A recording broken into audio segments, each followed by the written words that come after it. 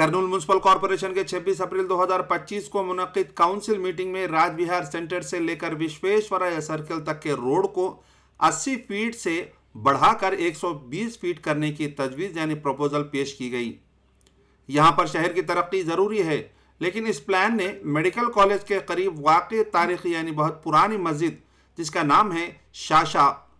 इस शाशा मस्जिद की आमदनी को शदीद खतरे में डाल दिया है। प्रपोज्ड प्रोजेक्ट के तहत मस्जिद से मुतालिक पूरे 7 दुकानें रोड वाइंडिंग के तहत डिमोलिशन किए जा रहे हैं। नाजरीन, आपको बताते चलूँ कि ये मस्जिद की मलकियाँ ही नहीं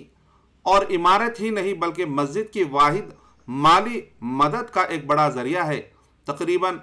30,000 रुपये महीना किराए से हासिल होने वाली आमदनी से मस्जिद की देखभाली, इबादती खिदमात और कम्युनिटी एक्टिविटीज़ चल रहे हैं। अगर ये दुकानें तोड़ दी गईं तो मस्जिद की माली बुनियादी मुकम्मल तौर पर ख़त्म हो जाएगी, जिससे मस्जिद चलाने में कई दुश्वारियां पैदा हो सकती है। आपको ये भी बताते चलूँ कि इस मस्जिद को वक्फ बोर्ड के ज़रिए किसी भी तरह की आमदनी का ज़रिया नहीं है, जैसे कि दूसरे मस्जिदों को होता है इमाम और मौज़नों के लिए।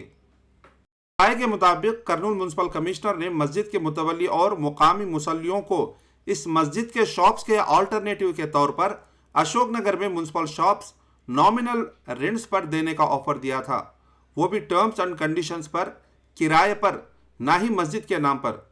लेकिन मस्जिद के मुतवल्ली सैयद आज़म और मस्जिद के मुसल्लियाँ ने इस ऑफर को साफ तौर पर इनकार कर दिया, ये कहते हुए कि सिर्फ किराए पर मिलने वाली दुकानों से मस्जिद की परमानेंट आमदनी का बदला नहीं हो सकता।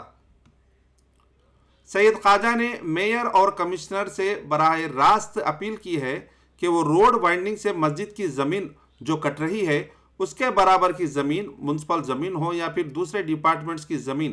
परमानेंटली मस्जिद शाशा के नाम पर अलॉट की जाए, ताकि मस्जिद अपनी परमानेंट दुकानें बनाकर अपना मुस्तकबिल को महफूज कर सके, ताकि मस्जिद के अंदर किसी भी तरह की माली दुश्वारियां पैदा ना हो आने वाले दौर के लिए। उन्होंने ये भी कहा कि वो तरक्की के खिलाफ नहीं है, इसके लिए वो भी तैयार हैं, लेकिन एक इबादत गाह के साथ इंसाफ होना भी ज़रूरी है। अगर करनूल म्यूनसिपल कॉरपोरेशन ने बगैर किसी इंसाफ के फैसला किया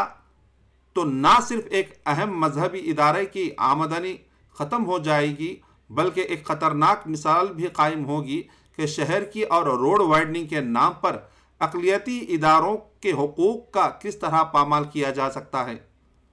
साथ ही साथ दुकानदारों का भी बहुत बड़ा नुकसान होगा, जिन्होंने कई बरसों से इस दुकानों में रहकर, किराए से रहकर अपने घर चला रहे हैं। अगर ये दुकानें रोड वाइंडिंग में चले गई तो अब 7 दुकान वालों का क्या होगा,